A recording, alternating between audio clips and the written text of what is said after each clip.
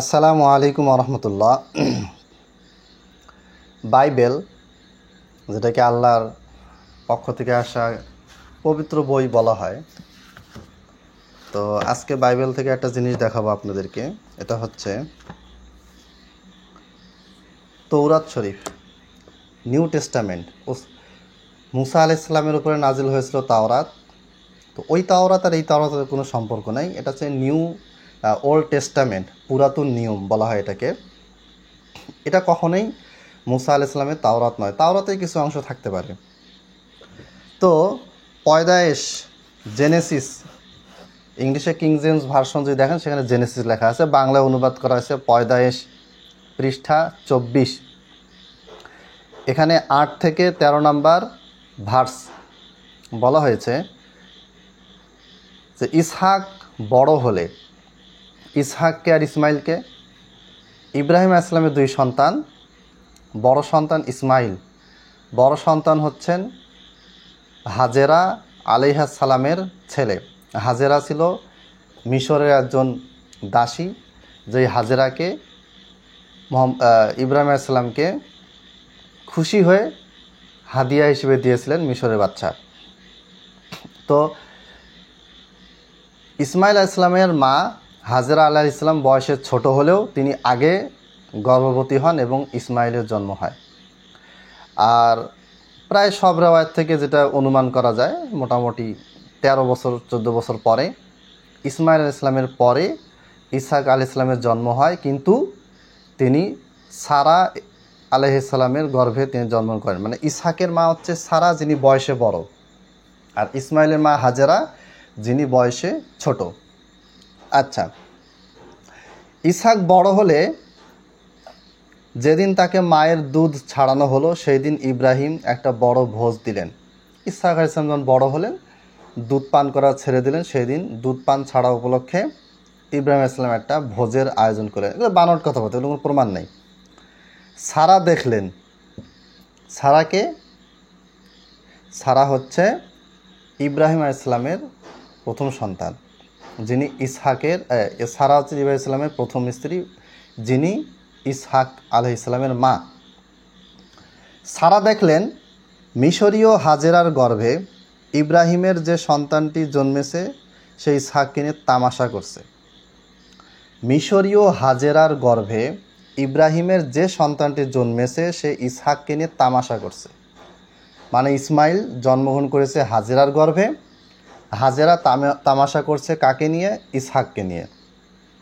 আচ্ছা, এই অবস্থা দেখে তিনি ইব্রাহিমকে বললেন, মানে ইসহাক আলাইহিস সালামের মা সারা আলাইহিস সালাম, বানোয়াট কথা, ভিত্তিহীন কথাবার্তা, তিনি ইব্রাহিম আলাইহিস সালামকে বললেন, ছেলে শুদ্ধ ওই বাদীকে বের করে দাও, অর্থাৎ ইসমাইলকে আর তার মা হাজেরাকে তুমি বের করে দাও, কারণ ওই ছেলে আমার ইসহাকের সঙ্গে বিষয় সম্পত্তির ওয়ারিশ হতে পারবে না। ঠিক আছে? যেহেতু আমার সন্তান ইসহাক আর আমার সন্তান ইসহাক তোমার, মানে ইব্রাহিম, তুমি বাবা, তোমার কাছ থেকে বিষয় সম্পত্তি যা পাবে, এইখানে কিন্তু তোমার বাদীর ছেলে ইসমাইল, সে কিন্তু এই বিষয় সম্পত্তির কি হবে না? ওয়ারিশ হবে না, একে বের করে দাও। আচ্ছা,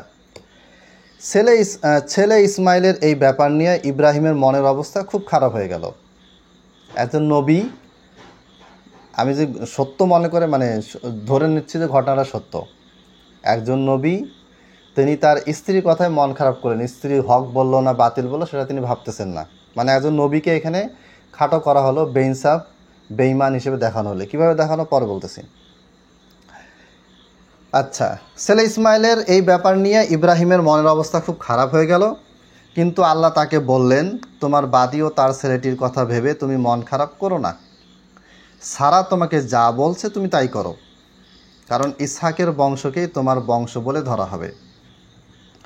সারা তোমাকে যা বলছে তুমি তাই করো, মানে হচ্ছে তোমার স্ত্রী ইসহাকের মা, সে যে বলতেছে হাজেরা এবং ইসমাইলকে বের করে দাও, তার এই কথাটা তুমি মেনে নাও, তুমি ওইটাই করো, কারণ ইসহাককে আমি তোমার বংশধর হিসেবে গণ্য করব, ইসমাইলকে না।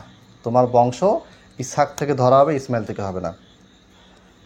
এখানে একটা কথা বলে রাখি, খন্দকার আবদুল্লাহ জাহাঙ্গীর রহিমাহুল্লাহ একটা বই আছে, জাবিহুল্লাহকে, কাকে আল্লাহ জবাই করেছেন, জবাই করতে আদেশ দিয়েছেন, ইসমাইলকে নাকি ইসহাককে, এই বইটা পড়বেন। এখানে তিনি এই বিষয়ে অনেক আলোচনা করেছেন।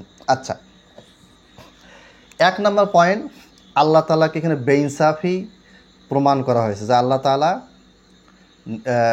সারা যেটা বললেন, অন্যায় কথা বললেন, যে অন্যায়ভাবে তিনি বের করে দিতে বলে, যে তোমার বাদীকে বের করে দাও, ইসমাইলকেও বের করে দাও, ঠিক আছে। কারণ ইসমাইল ঠাট্টা করেছে ইসহাককে নিয়ে, তো ইসমাইলের বয়সও তো তখন কম, 13 বছরের ব্যবধান, ছোটো ছেলে তার ছোটো ভাইকে নিয়ে ঠাট্টা করেছে, ধরে নিলাম, এর জন্য কি তাকে বের করে দিতে বাসা থেকে? সারা এটা বললেন, আল্লাহ তাআলা সেটাকে কি বিবেচনা না করে সারার কথা মতো ইব্রাহিমকে বললেন যে বের করে দাও, মানে আল্লাহ তাআলা বেইনসাফি করেছেন। 2 নাম্বার, ইব্রাহিম ইসলাম বেইনসাফি করেছেন, তার স্ত্রী তাকে বলল, সাথে সাথে তিনি বের করে দিলেন। 3 নাম্বার, ইব্রাহিমের স্ত্রী সারা আলাইহিস সালামের উপর একটা অপবাদ, যে তিনি তার সতীন, তাকে কি করা হয়েছে, বের করে দিতে বলেছেন, এবং এই যে মাসুম বাচ্চা ইসমাইল, তাকেও তিনি বের করতে আদেশ দিয়েছেন। আসলে এই কাজটা তিনি করেন নাই। তাহলে এই যে বাইবেল, আমরা যদি এই কথাগুলো বিশ্বাস করি, এটা যে আমাদের আকীদা বিশ্বাস হয়, আমরা কাফের হয়ে যাব, কোনো সন্দেহ নেই। এই বাইবেল আমাদেরকে কাফের বানানোর মিশনে নেমেছে, এবং ওইভাবে তারা বইটা লিখেছে। এবং এখানে ইসহাককে বংশধর বলে ইসমাইলকে খাড়ো করা হচ্ছে। দুজনই আল্লাহর নবী, ইব্রাহিমের 2 সন্তান, ইসমাইলও আল্লাহর নবী, ইসহাকও আল্লাহর নবী আলাইহিসসালাম। এই দুইজনকে, একজনকে ইব্রাহিমের বংশধর বলা হচ্ছে, আরেকজনকে বংশ হিসেবে না বলে তাকে খাটো করা হচ্ছে, বাতিল করা হচ্ছে। এটা টোটালি মুসলমানদের ঈমান আকীদার পরিপন্থী। এই বাইবেলে আরও অনেক কুফরি কথাবার্তা আছে, ইনশাআল্লাহ পরবর্তীতে সেগুলো আমি আলোচনা করব।